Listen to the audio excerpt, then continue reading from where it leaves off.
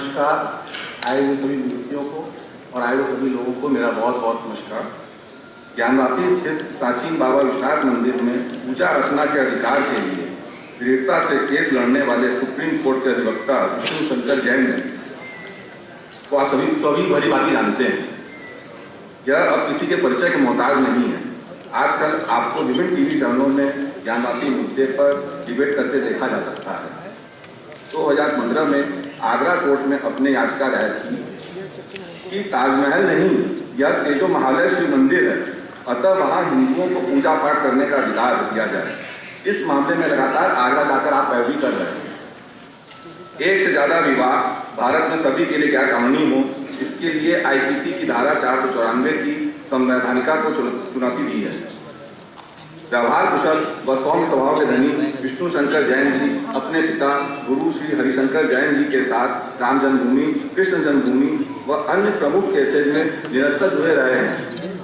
अब मैं आपको बताऊंगा।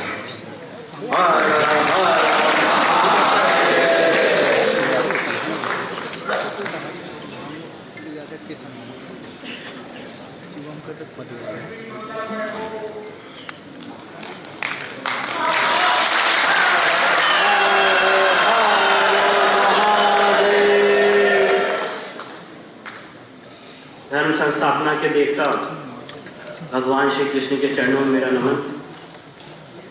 मंचासीन माननीय पुष्पेंद्र कुशेश जी, माननीय आरएसएन सिंह साहब, सुशील पंडित जी, पवन सिन्हा जी, गुरु जी, रोटरी क्लब के ऑर्गेनाइजर्स सतीश जैन साहब, अनिल किल्लर जी, ट्रस्ट इंडिया फाउंडेशन, इस कार्यक्रम के आयोजक और मेरे समक्ष बैठे सारे काशीवासी, आप सबको मेरा तहे दिल से प्रणाम, नमस्कार, चरण स्पर्श।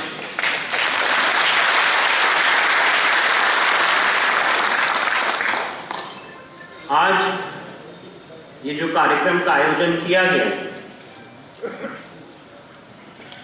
ये इसलिए किया गया है कि एक लड़ाई तो हम लोग न्यायालय में लड़ रहे हैं, अपने तर्कों के आधार पे, लीगल प्रोविजंस के आधार पे, सुप्रीम कोर्ट के जजमेंट्स के आधार पे। और आज एक लड़ाई आप लोगों को लड़नी है। वो लड़ाई है, आज यहाँ पे सुशील पंडित जी बैठे हुए हैं, कल रात को हम लोगों ने उनका एक संक्षिप्त उनसे चर्चा हुई थी, और वो लड़ाई है कि क्या इस देश में कश्मीर में जो हुआ, क्या इस देश के अन्य भागों में हम उसको कश्मीर जैसी स्थिति लाने देंगे या उसमें हमारी कोई भूमिका रहेगी। एक ये दूसरी लड़ाई पैरेलली साइड बाय साइड चल रही। और सवाल ये भी उठता है कि जब सन 712 में मोहम्मद बिन कासिम का इस देश में पहला आक्रमण हुआ था, तो उस आक्रमण के बाद जो बर्बरताएं हुई, दीवालों में चुना गया, आड़े से काटा गया, गरम तवे पे झोंका गया, हमारे मंदिर, हमारी संस्कृति, हमारी आस्था, हमारे बहन बेटियों की आबरू, इन सब को नष्ट किया गया। उस 1300-1400 साल की गुलामी के बाद आज अगर इस पूरी सिविलाइजेशन का नव निर्माण होना है, इस पूरी सिविलाइजेशन में चेतना भरनी है, तो वो चेतना का काम काशी से शुरू होना है।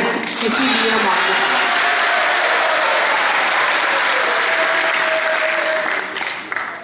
काशी के बारे में, मुझे लगता है शब्द कम पड़ जाएंगे, ज्ञान कम पड़ जाएगा। काशी का वर्णन करना शायद किसी के लिए संभव नहीं है, पॉसिबल नहीं। और इसीलिए जब हमने ज्ञानव्यापी केस के लिए 1991 से ऑलरेडी यहाँ पे केस चल रहा था, हम सबको पता है। उसके बाद जब हमने इसकी रिसर्च की, मैं आप लोगों को बहुत फ्रैंकली बताऊं, मैंने अपने पिताजी से पूछा कि जब एक केस चल रहा है तो दूसरा केस क्यों, और केस क्यों? और जब हमने रिसर्च की तो हमने पाया कि 1991 से, और यहाँ पे मैं जितनी बातें बोल रहा हूँ उसमें कोई मैं का भाव नहीं है, उसमें भाव ये है कि ज्ञान व्यापी के केस में हमने आपने मिलके क्या अचीव किया है, हमारे क्या तर्क है, हमारे क्या लॉजिक है, वो सारी बातें मैं आपके सामने शेयर करना चाहता हूँ। तो काफ़ी रिसर्च की गई, ज्ञान व्यापी का इतिहास समझा गया, काशी का इतिहास समझा गया, स्पिरिचुअल रिसर्च की गई, हिस्टोरिकल रिसर्च की गई, जो मैं संक्षिप्त में आपसे साझा करूंगा। इन सारी रिसर्च करने के बाद मेरे पिताजी ने, उनको बराबर एक ईश्वरी प्रेरणा कहिए, आशीर्वाद कहिए, प्रेरणा मिलती रही कि नहीं, इस तरह से इसमें ड्राफ्टिंग होनी चाहिए। और उसी इंटेंशन से, उसी भाव से इन सारे केसेस की ड्राफ्टिंग हुई। और एक दिन रात में मेरे पिताजी ने मुझसे कहा कि विष्णु माँ श्रृंगार गौरी की पूजा साल में एक बार ही क्यों होती? जब पूजा होनी है तो हर दिन होनी चाहिए। हमारा आर्टिकल 25 के तहत फंडामेंटल अधिकार है। ये इस्लामिक कंट्री नहीं है, ये एक कॉन्स्टिट्यूशनल इंडिया है। इसलिए माँ श्रृंगार गौरी की पूजा, लॉर्ड हनुमान की पूजा, लॉर्ड गणेश की पूजा और प्रत्यक्ष अप्रत्यक्ष देवताओं की पूजा करने का हमें अधिकार है।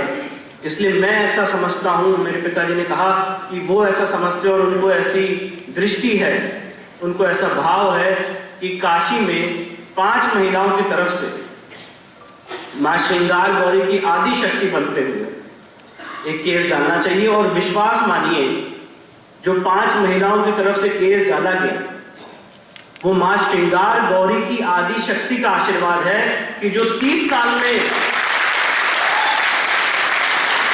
सफर तय किया गया, उस सफर को हमने 1 साल में तय किया और उससे भी आगे हम निकले। जब ये केस हमने फाइल किया तो देखिए कितना बड़ा माइंडसेट का चेंज होता है। और इसीलिए आज ऐसे कार्यक्रमों का और ऐसे महानुभावों का उद्बोधन, आप लोगों का योगदान कितना महत्व रखता है और हमारा समाज कैसे बदल रहा है। और जो नितिन मल्होत्रा जी ने यहाँ हमें सपना दिखाया, मुझे लगता है एक दिन वो सपना सच होगा। कभी सोचा नहीं था कि इस तरह के केसेस अगर डाले जाएंगे तो इस देश का जुडिशियल सिस्टम उसको सुनेगा भी। 2013 में भी मैंने सुप्रीम कोर्ट में केस डाला था और चीज़ों को लेके, पर एक जुडिशियल सेटअप की एक अपनी मर्यादा है और इन तरह के आर्गुमेंट्स को दरकिनार कर दिया जाता था, तिरस्कारित किया जाता था।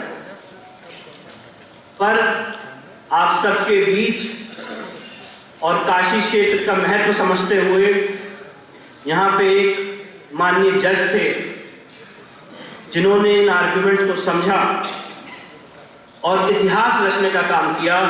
उनका नाम था माननीय रवि कुमार दिवाकर। जब ये केस फाइल किया गया तो इस केस में एक एप्लीकेशन लगाई गई कि वहाँ पे हम जहाँ स्थानों पे नवंबर 1993 तक, ये डेट बहुत इंपॉर्टेंट है, नवंबर 1993 करते आ रहे हैं, उन स्थानों पे हमें पूजा का अधिकार दिया जाए। हम सब जानते हैं कि प्लेसेस ऑफ वर्शिप एक्ट 1991 में आया और नवंबर 1993 तक ये इस केस का एक बहुत अहम पहलू है। हिंदू समाज के लोग उस तथाकथित मस्जिद में अलग अलग जगहों पे पूजा कर रहे थे, चाहे वो व्यास जी का तहखाना हो जो नंदी के सामने है, चाहे माँ श्रृंगार गौरी हो, चाहे गणेश जी हो, चाहे हनुमान जी। तो हम लोगों ने ये रिसर्च की कि प्लेसेस ऑफ वर्शिप एक्ट यहाँ पे अप्लाई नहीं होता है, rather places of worship act के वायलेशन में मुलायम सिंह सरकार ने बैरिकेडिंग लगा के हिंदू समाज के लोगों को बाहर फेंकने का काम किया है।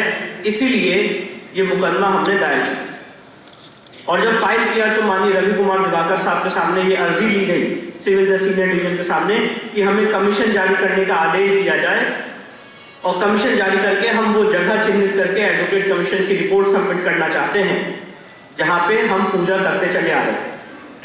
कमीशन का ऑर्डर हुआ, हमने फोटोग्राफी वीडियोग्राफी की मांग की, फोटोग्राफी वीडियोग्राफी की मांग का ऑर्डर हुआ उसके बाद इस ऑर्डर के अगेंस्ट मुस्लिम पक्ष हाईकोर्ट गया।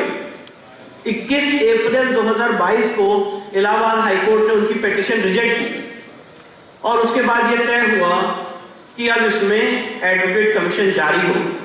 मैं आज आपसे वो व्यथा, वो संघर्ष इन 5 महिलाओं का, हमारी लीगल टीम का, सुधीर जी का, सुभाष जी का, सारे लोगों का ये शेयर करना चाहता हूं। जिस दिन कमीशन जारी हुआ, एक घोषणा की गई, एक चैलेंज दिया गया, एक डर का माहौल पैदा करने की कोशिश की गई कि हम कमीशन यहां पे नहीं होने देंगे। हम लोगों ने उस धमकी को दरकिनार करते हुए as officers of the court, as lawyers, ये ड्यूटी समझी कि कोर्ट के आदेश को कंप्लाई करने के लिए हमें कमीशन ले जाना है। 6 मई 2022 का दिन था। हमारी पूरी लीगल टीम, मैं और मेरे पिताजी मैदागिन से काशी विश्वनाथ मंदिर के गेट नंबर 4 तक सिर्फ और सिर्फ मुस्लिम समाज के लोग थे। और ये आपका आशीर्वाद है, आपकी शक्ति है, भगवान महादेव का आशीर्वाद है। उन लोगों के बीच में जब हम लोग जा रहे थे, ऐसा लग रहा था कि आज हम लोग शायद पहुंच नहीं पाएंगे। मैंने अपने पिताजी से कहा कि ये क्या भयावह स्थिति यहाँ पे उत्पन्न हो गई है, तो हम लोग को पहुंचने ही नहीं देंगे। तो मेरे पिताजी ने मुझसे कहा, विष्णु आगे बढ़ते रहो, मुझे सिर्फ और सिर्फ महादेव दिख रहे हैं।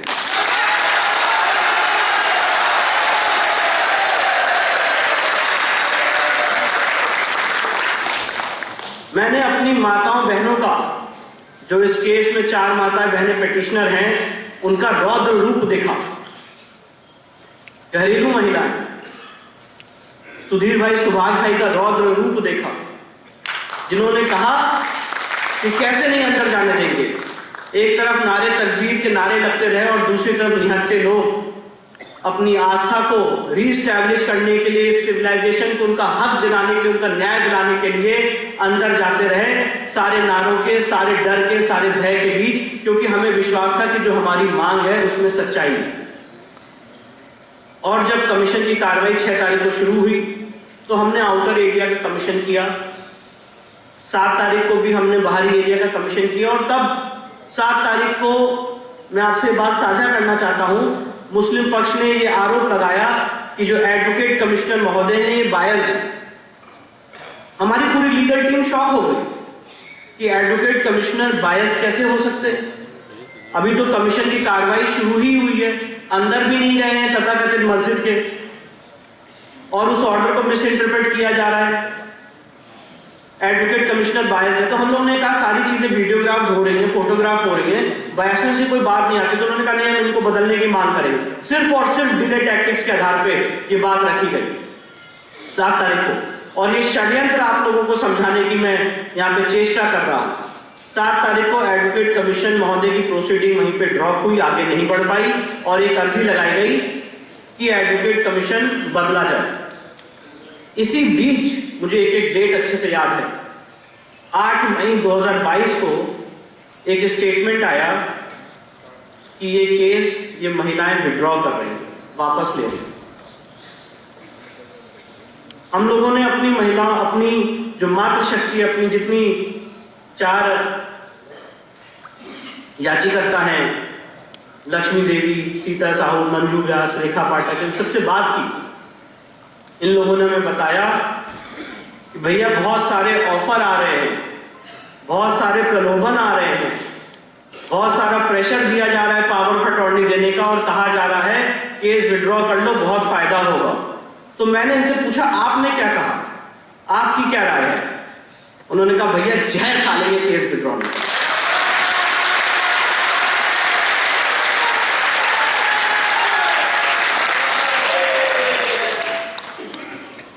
12 तारीख को माननीय न्यायालय ने, 12 मई 2022 को माननीय न्यायालय ने आदेश पारित किया कि ताला तोड़ के जैसे भी आप उस एरिया का कमीशन करें।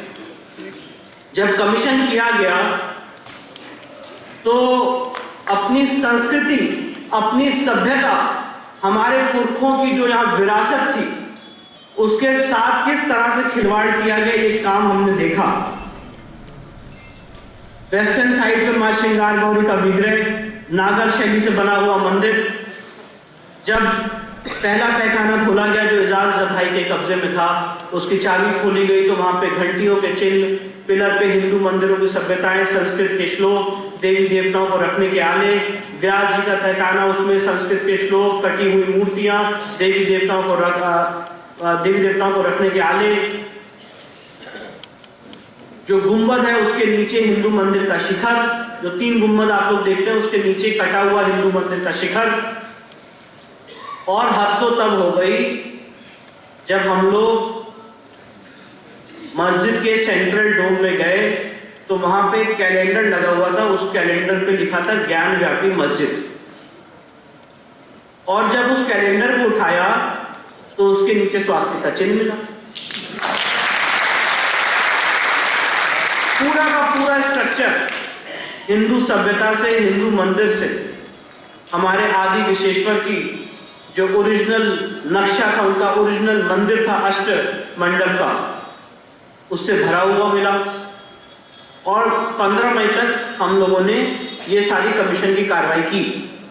उसके बाद हुआ कि अब तो कमीशन ओवर हो गया है और अब हम कोर्ट में अपनी रिपोर्ट सबमिट कर देंगे। तब हमारी लीगल टीम ने, मैंने, सुधीर जी ने, सुभाष जी ने, हरिशंकर जैन साहब ने एडवोकेट कमिश्नर महोदय से रिक्वेस्ट की कि एक अतिरिक्त दिन हमारे पास और है और हमें एक अतिरिक्त दिन और दिया जाए जो वजू एरिया है इसका कमीशन करने के लिए। क्योंकि जब हम लोग वजू एरिया के पास गए थे तो वहां पे हमें गोल एक आकृति दिखी जो बहुत ही डाउटफुल सी थी।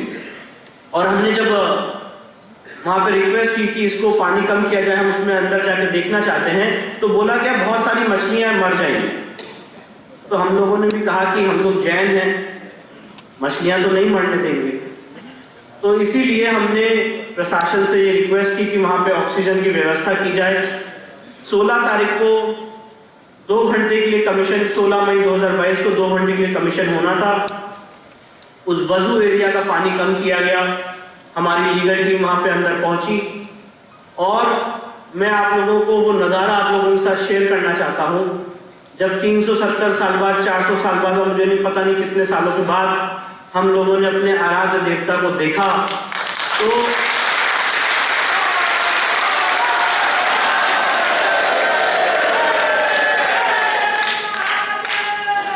थोड़ी देर के लिए मैं और मेरी लीगल टीम भूल गई कि हम लोग वकील हैं और चीख उठे, चिल्ला उठे, नमः पार्वती पते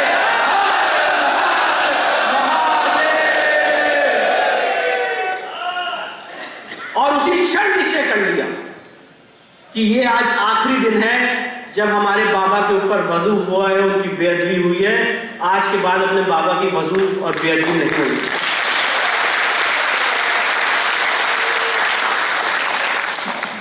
प्रशासन ने बहुत सहयोग किया और सबके लिए जो बाकी सदस्य थे उनके लिए चाय, नाश्ता, प्रसाद व्यवस्था की गई। वो लोगों ने चाय, नाश्ता, प्रसाद ग्रहण किया और तब तक हम लोग कोर्ट पहुंचे।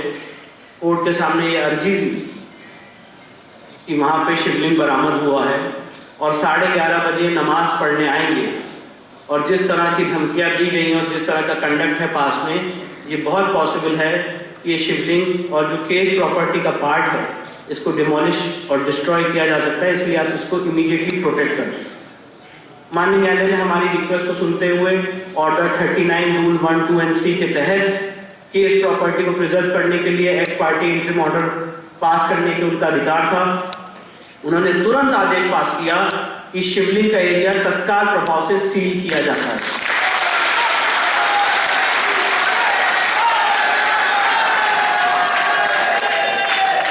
तो जब तक ये सारी बातें मैं इसलिए बता रहा हूं कि ये आप सबकी कितनी बड़ी जीत है और सक्सेस है और कितना बड़ा बाबा का आशीर्वाद है कि जब तक उनका चाय नाश्ता खत्म हुआ और प्रसाद ग्रहण खत्म हुआ तब तक सीलिंग हो चुकी थी। इसके बाद हमने तो लॉ में ये पढ़ा है और ये जाना है कि अगर सिविल जज सीनियर डिवीजन के ऑर्डर को अगर चुनौती देनी होती है तो डिस्ट्रिक्ट जज साहब के पास जाया जाता है, फिर उसके बाद हाई कोर्ट का स्टेज है, फिर सुप्रीम कोर्ट का स्टेज है। पर हमारे देश में कुछ समुदायों के लिए कानून अलग तरीके से काम करता है। मुस्लिम पक्ष ने सिविल जज सीनियर डिवीजन के ऑर्डर को, सीलिंग केस ऑर्डर को सीधे सुप्रीम कोर्ट में चुनौती दी और सुप्रीम कोर्ट में कहा कि ये हमारी नमाज और वजू रोक दिया गया है, ना हम यहाँ पे नमाज पढ़ सकते हैं ना वजू कर सकते हैं, जबकि ऐसा कोई ऑर्डर नहीं था। ऑर्डर सिर्फ और सिर्फ उस वजू एरिया को सील करने का था, नमाज रोकने का कोई ऑर्डर नहीं था। और देखिए कितनी बड़ी शक्ति होती है। और जो आप लोग और पुष्पेन जी हमेशा कहते रहते हैं कि आपने 2014 में किसी को भेजा, 2017 में किसी को भेजा, 2019 में किसी को रिपीट किया।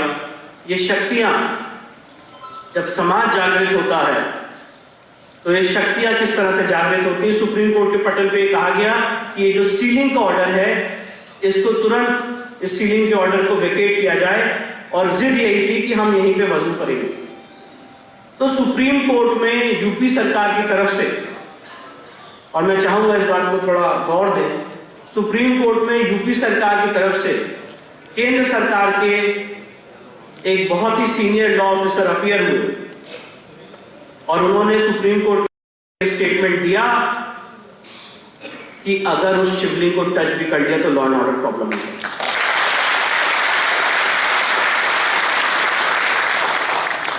इन सारी चीजों को सुनने के बाद इंडिया की लीगल हिस्ट्री में पहली बार ऐसा हुआ होगा कि किसी सिविल जज साहब के ऑर्डर को सुप्रीम कोर्ट ने अपने ऑर्डर में मर्ज किया, सब्स्टिट्यूट किया।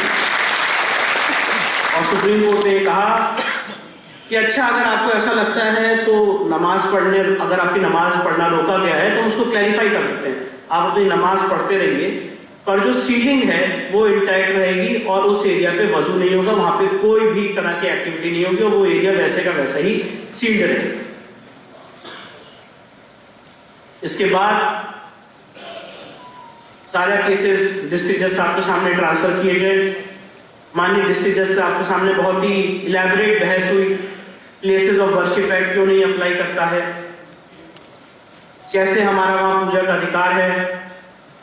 और जब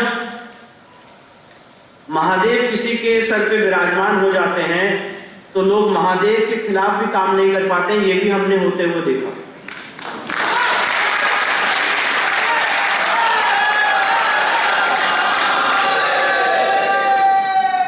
हुआ ऐसा, जो मुस्लिम पक्ष के अंजुमन इंतजामिया के वकील थे, उन्होंने कहा ये केस रिडिकुलस है, डस्टबिन में फेंक देना चाहिए, वेस्ट पेपर है, एकदम डिसमिस होने लायक योग्य है।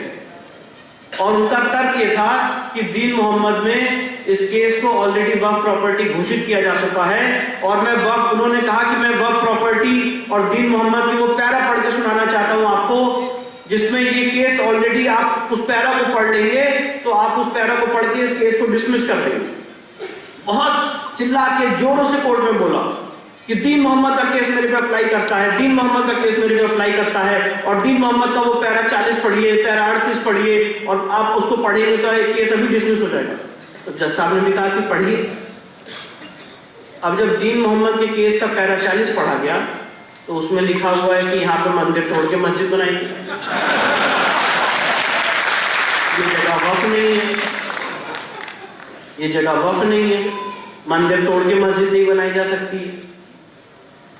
तो कहने का तात्पर्य ये है कि ये सारे चीजें कोर्ट में हुई और इसके बाद एक बहुत बड़ा ढोंग रचा गया वक्फ का कि ये हमारी वक्फ संपत्ति है, इसीलिए सिविल कोर्ट इसको डिसाइड नहीं कर सकती। और वक्फ संपत्ति को प्रूव करने के लिए कुछ डॉक्यूमेंट्स दिए गए। जब उन डॉक्यूमेंट्स का हमने अध्ययन किया और मिनिस्ट्री ऑफ माइनॉरिटी अफेयर्स की वेबसाइट को देखा तो पता चला कि ऐसी कोई प्रॉपर्टी दर्ज ही नहीं है मस्जिद के रूप में। और जो इन्होंने केस में दस्तावेज दाखिल किए हैं, जिसको वक्फ नंबर 100 कहते हैं, उसके आगे लिखा है आलमगीर मस्जिद और खसरा नंबर योग्य है। यहाँ पे प्लेसेस ऑफ वर्शिप एक्ट नहीं होता है, यहाँ पे वक्फ एक्ट 1995 अप्लाई नहीं होता है। और इस केस में आगे एविडेंस लीड की जाएगी और ये केस आगे बढ़ेगा। जब ये ऐतिहासिक फैसला आया तो मैं आप सबके सामने बताना चाहता हूं, इतिहास में ऐसा पहली बार हुआ होगा जहां पे हम सनातनियों ने मिलके एकजुट होके एक मत होके प्लेसेस ऑफ वर्शिप एक्ट की कमर तोड़ने का काम किया, वक्फ एक्ट 1995 की कमर तोड़ने का काम किया और ये प्रूफ किया और साबित किया कि जो इस देश में, इस समाज में एक झूठा नैरेटिव फैलाया जा रहा है कि इस तरह के मुकदमे नहीं चल सकते हैं क्योंकि वो प्लेसेस ऑफ वर्शिप एक्ट का उल्लंघन करते हैं, उस नैरेटिव को, उस झूठ को तोड़ने का काम किया। क्योंकि प्लेसेस ऑफ वर्शिप एक्ट 1991 का कोई अध्ययन करेगा तो सेक्शन 4 सब क्लॉज 1 में ये स्पष्ट रूप से लिखा हुआ है कि प्लेसेस ऑफ वर्शिप एक्ट 15 अगस्त 1947 को जो जिस जगह का धार्मिक स्वरूप था वो वैसे ही रहे। तो सवाल ये उठता है और हमारा आर्गुमेंट और हमारी रिसर्च ये है कि अगर कोई जगह इतिहास में मंदिर की थी, हमारे देवता की थी और उसमें आप जबरन घुस जाते हैं तो मंदिर का कैरेक्टर कभी खत्म नहीं होता है। सुप्रीम कोर्ट ने राम मंदिर के केस में कहा है पैरा 116 117 में कि हो सकता है कि मंदिर छीन-बीन हो जाए, बाढ़ में बह जाए, अर्थक्वेक से ढह जाए, कोई क्षति पहुंच जाए, पर जो मंदिर बनाने का संकल्प होता है वो अमर होता है, वो अमिट होता है। तो जो हमारे आदि विशेश्वर यहां पे स्वयं प्रकट हुए हैं, उनका ये प्राकट्य स्थल है, स्वयंभू ज्योतिर्लिंग है। जो 12 ज्योतिर्लिंग है उनमें से 5 ज्योतिर्लिंग स्वयंभू ज्योतिर्लिंग है। उन 5 स्वयंभू ज्योतिर्लिंग में से जो सबसे पहला ज्योतिर्लिंग है वो आदि विशेश्वर का स्वयंभू ज्योतिर्लिंग। और ये बात सुप्रीम कोर्ट ने, जस्टिस रामास्वामी ने, जब काशी विश्वनाथ एक्ट 1983 की कॉन्स्टिट्यूशनल वैलिडिटी को चैलेंज किया गया था, उसमें बात उन्होंने होल्ड की है कि ये आदि विशेश्वर यहाँ के मूल देवता हैं, ये उनका ओरिजिनल ज्योतिर्लिंग है और यहाँ पे मंदिर तोड़ के मस्जिद बनाने का इतिहास है। तो इस केस में मैं आपको ये बताना चाहता हूँ, हमें ये प्रूव नहीं करना है कि यहाँ पे मंदिर तोड़ा गया। मंदिर तोड़ना तो ऑलरेडी प्रूव्ड है। आज सवाल ये है कि हमें आपको मिलके इसको जो वापस लेने का काम करना है, ये उस चीज की लीगल लड़ाई है और जो इतिहास में तलवारों की नोक पे हुआ उसको कलम से रेक्टिफाई करने के लिए ये लीगल लड़ाई हम लोग लड़।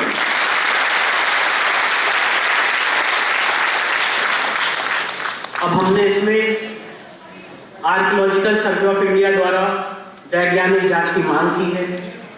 हमने मांग की है कि जो शिवलिंग है उसका अर्घा है, उसके नीचे जो एक्सकेवेशन होना है, जब एक्सकेवेट किया जाएगा तो ये पता चलेगा इसकी क्या लेंथ है, इसकी क्या ब्रेथ है और ये कितना पुराना है। और उससे जो हमारा बिलीफ फेथ है वो एक साइंटिफिक माध्यम से एस्टैब्लिश किया जाएगा। इसके बाद ये एप्लीकेशन जब हमने डाली तो उसमें भी बहुत लेवल के भ्रम फैलाए गए कि हम शिवलिंग को खंडित करने की बात कर रहे हैं, हम शिवलिंग को छेड़छाड़ करने की बात कर रहे हैं, जबकि हमने बात कही थी कि शिवलिंग की साइंटिफिक जांच की जाए बिना शिवलिंग को छेड़छाड़ किए। और director of archaeological survey of India का स्टेटमेंट भी आया है कि बिना शिवलिंग को खंडित किए हुए उसकी साइंटिफिक जांच पॉसिबल है, बिना शिवलिंग के साथ छेड़छाड़ किए हुए उसकी साइंटिफिक जांच पॉसिबल है। और यही बात हम मांग रहे हैं, पर एक भ्रम फैलाने का काम किया गया कि कार्बन डेटिंग करेंगे तो शिवलिंग को क्षति पहुंच जाएगी, जबकि कार्बन डेटिंग शिवलिंग की नहीं मांगी गई थी। ये जो एक्सकेवेशन होगा, ये जो साइंटिफिक रिसर्च होगी इस वजू एरिया में, इसके बहुत सारे लेवल्स होंगे जहाँ पे आर्कियोलॉजिकल सर्वे ऑफ इंडिया के एक्सपर्ट्स आएंगे, जब इसकी खुदाई करेंगे, जहाँ पे कार्बन कंटेंट्स पाए जाएंगे उसकी कार्बन डेटिंग होगी, जहाँ पे रिलेटिव कार्बन डेटिंग होनी है वहाँ पे रिलेटिव कार्बन डेटिंग होगी, जहाँ पे आर्गन डेटिंग होनी है वहाँ पे आर्गन डेटिंग होगी। और ये सारे माध्यम से section 45 of Indian evidence act में और ऑर्डर 26 रूल 9 एंड 10 के तहत और 10A के तहत हम ये एस्टैब्लिश करने की कोशिश करेंगे कि जो हमारा बिलीफ फेथ था वो कितना पुराना था, कितना प्राचीन था। इसके लिए कोर्ट में सुनवाई चल रही है और आप सबका आशीर्वाद रहा तो एक दूसरा साइंटिफिक कमीशन बहुत जल्दी जारी होगा और ASI की रिपोर्ट इस केस में मील का पत्थर बनेगी। मैं आप सबके माध्यम से कहना चाहता हूं कि इस केस में हम जीत की दहलीज पे हैं।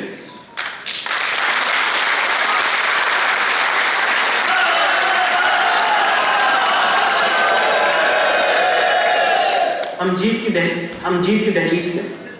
जब आर्कियोलॉजिकल सर्वे ऑफ इंडिया की रिपोर्ट हमारी बात अगर माननीय न्यायालय मानता है और उसमें आ जाती है, तो जो लोग हमारे आराध्य को फाउंटेन कह रहे थे, वो पता चलेगा कि वो फाउंटेन कैसे आ रहा था, वो पानी की वहां पे क्या व्यवस्था थी, फाउंटेन था कि नहीं था। और अगर आप इतना कह रहे हैं और एक पक्ष ये मानता है कि ये फाउंटेन और दूसरा पक्ष ये मानता है कि ये शिवलिंग है, तो उसकी साइंटिफिक जांच का विरोध क्यों? और इसीलिए ये सारी लड़ाई, ये सारी चीजें रखी जा रही हैं, क्योंकि जो काशी का इतिहास है, काशी का महत्व है, मैं आप सबके सामने बात बहुत दृढ़ता से कहना चाहता हूं, बहुत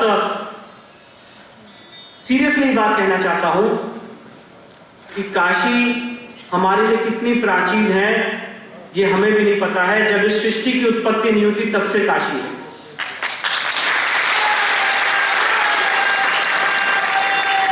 ये 5 कोस का क्षेत्र अविमुक्त क्षेत्र है।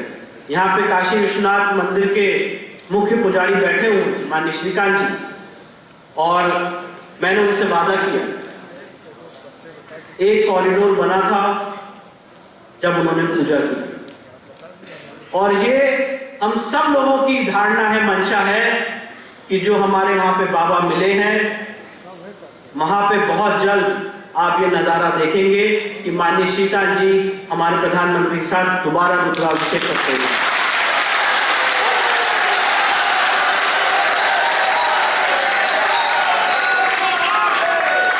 वो दिन बहुत जल्दी आएगा। उसके लिए मैं, ये पूरी लीगल टीम, ये सम्मानीय मंच, हम लोग प्रयासरत हैं। और मैं बात कहना चाहता हूं कि जो जेम्स प्रिंसेप की किताब है, उन्होंने क्या कहा है काशी के बारे में, कुछ शब्दों में बताना चाहता हूं।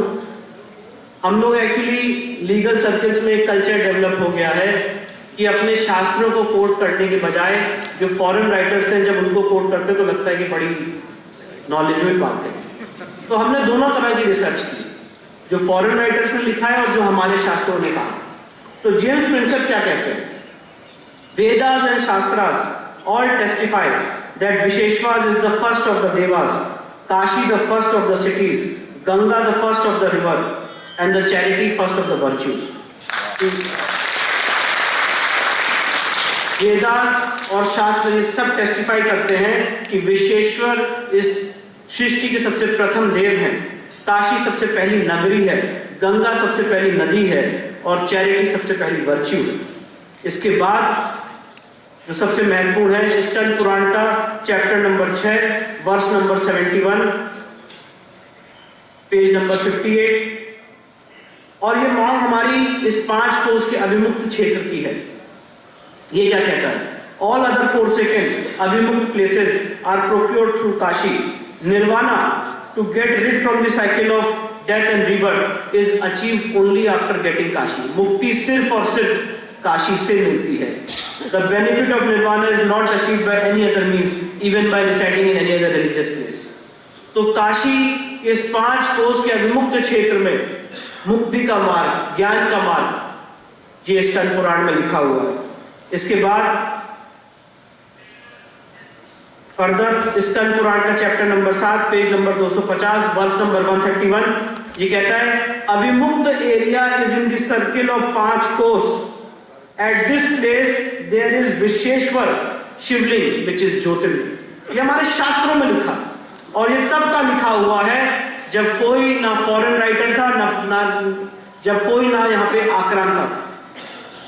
और ये काशी का महत्व, इस 5 कोस का महत्व हम हिंदुओं के लिए है, और इसीलिए लड़ाई लड़ी जा रही है। क्योंकि सवाल ये पूछे जाते हैं कि आप लोग तो मंदिर मस्जिद की लड़ाई लड़ रहे हैं, आप लोग तो लोगों को डिवाइड करने का काम कर रहे हैं। नहीं, मैं आप सबके माध्यम से कहना चाहता हूं, ये लोगों को डिवाइड करने का काम नहीं है, ये अपनी सांस्कृतिक विरासत को, अपनी इस देश की कल्चरल हेरिटेज को, अपनी इस देश की आध्यात्मिक कैपिटल को वापस रिस्टोर करने का।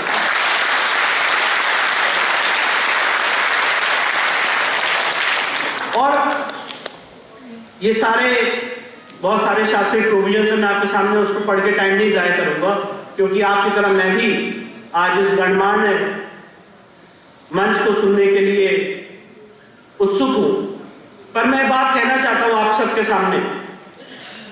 औरंगजेब का फरमान था 1669 का, जहां आप सब जानते हैं उसने जाके कहा कि जाओ जाके विश्वेश्वर के मंदिर को तोड़ दो, और उसको आके रिपोर्ट किया गया 1669 के बाद भी कि विश्वेश्वर के मंदिर को तोड़ दिया गया है 2 सितंबर को। उसके बाद हमने क्या किया? मंदिर टूटने के बाद भी हमने क्या किया? और जो फॉरेन राइटर्स हैं और ट्रैवलर्स हैं उस समय के, चाहे वो A.S. एल्ड्रेकर हो, चाहे जेम्स प्रिंसेप हो, उन सब लोगों ने बात कही कि मंदिर टूटने के बाद भी हिंदू तथाकथित मस्जिद की प्लिंथ पे पूजा करता रहे, ये मानते हुए कि हमारे विश्वेश्वर, हमारे भगवान वहां पे अंदर मौजूद है। हमने कभी अपना हक नहीं छोड़ा। दीन मोहम्मद की 12 लोगों की गवाहियां सिविल सूट नंबर 62 ऑफ 1936 में चीख चीख के बात कह रही हैं कि हाँ, हम इन जगह पे पूजा पाठ करते चले आ रहे हैं। और उसके बाद काशी विश्वनाथ एक्ट 1983 कांग्रेस गवर्नमेंट ने पास किया और इस पूरे क्षेत्र को भगवान आदि विश्वेश्वर का क्षेत्र माना, घोषित किया। और जो आज तथाकथित मस्जिद है, इसको भी मंदिर का क्षेत्र घोषित किया गया। आज इन सारे लीगल आर्गुमेंट्स के साथ हम कोर्ट के सामने हैं और कोर्ट से गुहार लगा रहे हैं कि इस केस में, और मैं आप सबके सामने बात रखना चाहता हूं कि मैं, मेरी पूरी legal team, trust India foundation, जितने गणमान्य सदस्य हैं, हम इस केस में एविडेंस देने की स्थिति में हैं। हम इस केस में ट्रायल कोर्ट से लेकर सुप्रीम कोर्ट तक लड़ाई लड़ने की स्टेज पे हैं। उसके लिए हम सक्षम हैं, तैयार हैं। हम सिर्फ और सिर्फ ये चाहते हैं कि तर्क के मैदान पे आके बात हो कि आपकी यहाँ पे मस्जिद कैसे है। हम तो सारे प्रूफ और प्रमाण देंगे, आपके पास कौन सा प्रूफ है? कैसे आप इस तथाकथित एरिया में कब्जे में बैठे हुए हैं? क्या डॉक्यूमेंट है आपके पास? सिर्फ और सिर्फ, और ये मैं आज आप सबके सामने मानसिकता क्लियर करना चाहता हूं, सिर्फ और सिर्फ ये कह देना कि ये मस्जिद है, यहां पे हम इतने सालों से नमाज पढ़ रहे थे, तो मैं ये बात कहना चाहता हूं कि ये मंदिर है और यहां पे हम सदियों से पूजा करते चले।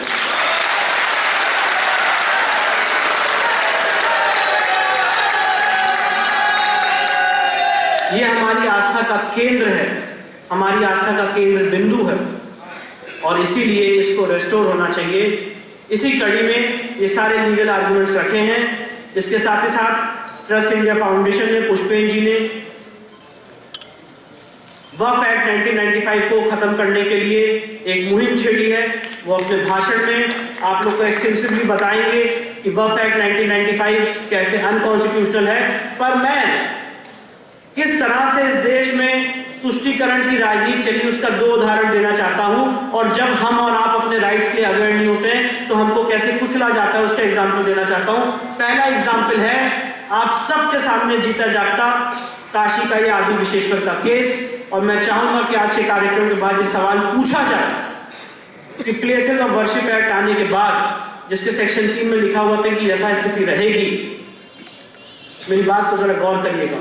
प्लेसेस ऑफ वर्शिप एक्ट 1991 आने के बाद, जिसके सेक्शन 3 में लिखा था कि यथास्थिति रहेगी, किस हद से उस एक्ट के वायलेशन में आपने हमें उस तथाकथित परिसर से बाहर फेंका? पहला सवाल।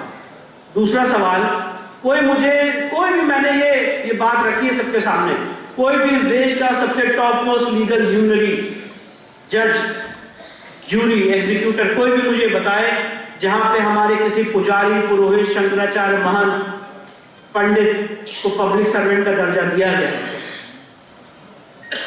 वक्फ एक्ट 1995 के सेक्शन 101 में पब्लिक सर्वेंट का दर्जा दिया गया वक्फ के जितने मुतवल्ली उनके बोर्ड के मेंबर्स हैं। और सेक्शन 40(3) में उनको पावर दी गई है कि वो किसी भी जगह को वक्फ संपत्ति घोषित कर सकते हैं। तो ये सारे ड्रैकोनियन प्रोविजंस हैं जिसको अनकॉन्स्टिट्यूशनल करने के लिए लीगल लड़ाई हम लोग लड़ रहे हैं। मैं आप सबके माध्यम से, आप सब ने हम लोगों को ये आशीर्वाद प्रदान किया है और अपनी बात को कुछ पंक्तियों के साथ विराम दूंगा और उसके बाद कुछ घोषणाएं करूंगा। जिस माध्यम से हम ये लीगल लड़ाई लड़ रहे हैं तो कुछ पंक्तियां मेरे जहन में आती हैं। दिन आज का बड़ा सुहाना, मौसम भी बड़ा सुनहरा, हम सिर पे बांध के आए बलिदानों का ये सहरा। बेताब हमारे दिल में एक मस्ती सी छाई है, ऐ देश अलविदा तुझको कहने की घड़ी आई है। महकेंगे तेरी फिजा में हम बन के हवा का झोंका, किस्मत वालों को मिलता ऐसे मरने का मौका। निकले हैं वीर जियाले यूं अपना सीना ताने, हंस हंस के जान लुटाने आजाद सवेरा ला।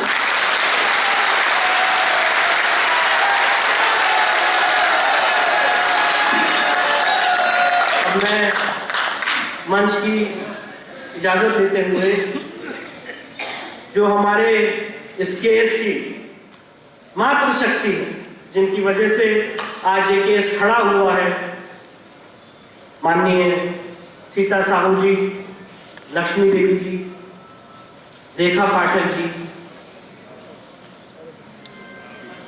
मंजू व्यास जी, आप लोगों से निवेदन करूंगा कि आप लोग कृपया मंच पे आए। ये सारा मंच आपका सम्मान करें।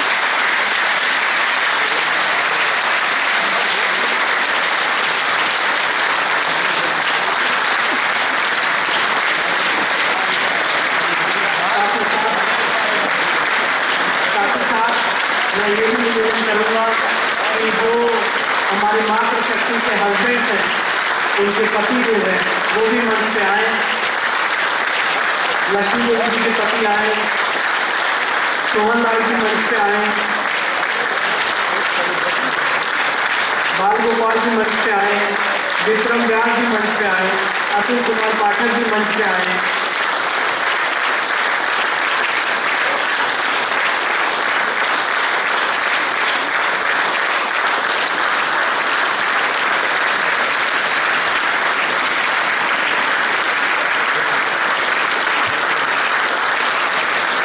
लक्ष्मी देवी जी, सोहनलाल आर्य जी, सोहनलाल आर्य जी को हम लोग जानते हैं, जिन्होंने सबसे पहले कहा था बाबा मिल गए।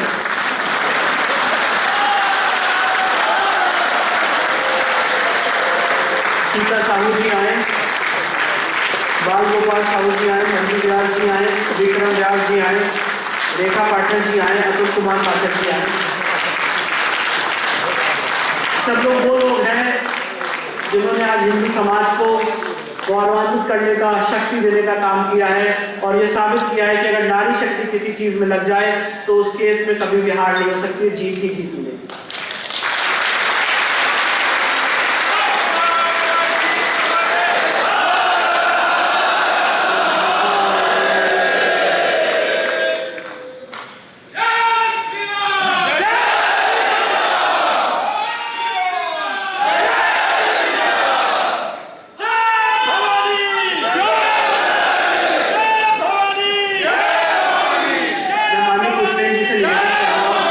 वो मंचासीन सारी हमारी मातृशक्ति का और उनके पति देवों का सम्मान करें।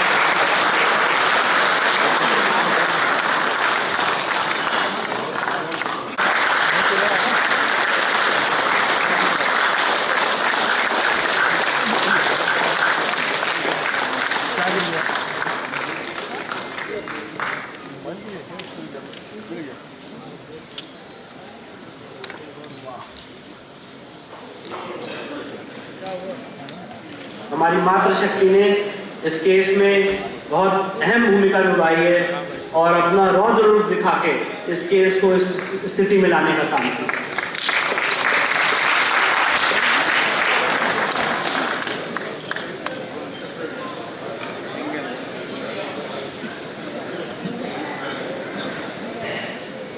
विवेकानंद ने कहा है, जिस राष्ट्र की स्त्रियां शिक्षित, सक्षम और संपन्न है वह राष्ट्र समृद्धशाली हो सकता है। मातृशक्ति के बारे में मैं एक पंक्तियां आपको कहना चाहता हूँ। तन और मन की कोमलता को कमजोरी कोई समझे नहीं की। तन और मन की कोमलता को कमजोरी कोई समझे नहीं की। ठान लेती जो प्रण मन में तो झुक जाती ब्रह्मांड की शक्ति।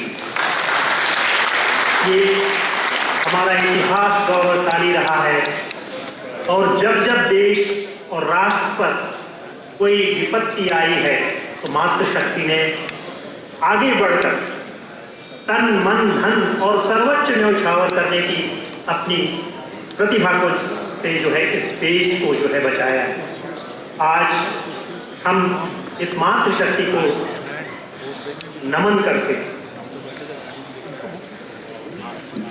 अब मैं मंच पे आमंत्रित करना चाहूँगा, कुछ लोग ऐसे होते हैं, मैंने अपने पिताजी के जीवन से सीखा है, जो नींव के पत्थर हो जाते हैं और लोग इमारत को तो देखते हैं पर जो नींव के पत्थर होते हैं उनको नहीं देखा जाता है। तो हमारी इस पूरी लड़ाई में जो नींव के पत्थर बनने का काम किया है, हमें सपोर्ट करने का, हमें इंटेलेक्चुअल सपोर्ट करने का, लीगल सपोर्ट देने का, उन सारे महानुभावों का नाम मैं लेने जा रहा हूँ। उनसे आमंत्रित करूँगा, उनसे निवेदन करूँगा कि वो मंच पे आए। माननीय राकेश अग्रवाल जी, माननीय अनुराग त्रिवेदी जी, माननीय सुनील अग्रवाल जी, माननीय संजीव चंद्र त्रिपाठी जी और हम सब के बहुत सम्मानीय और वरिष्ठ माननीय राम प्रसाद सिंह जी और साथ ही साथ हमारी लीगल टीम के मेरुदंड, उनके बैकबोन, हमारी लीगल टीम का सपोर्ट, हम सब की रीढ़ की हड्डी माननीय सुभाष नंदन चतुर्वेदी जी, सुदीप त्रिपाठी जी, आप सबसे मैं जरा निवेदन करूंगा कृपया मंच पर।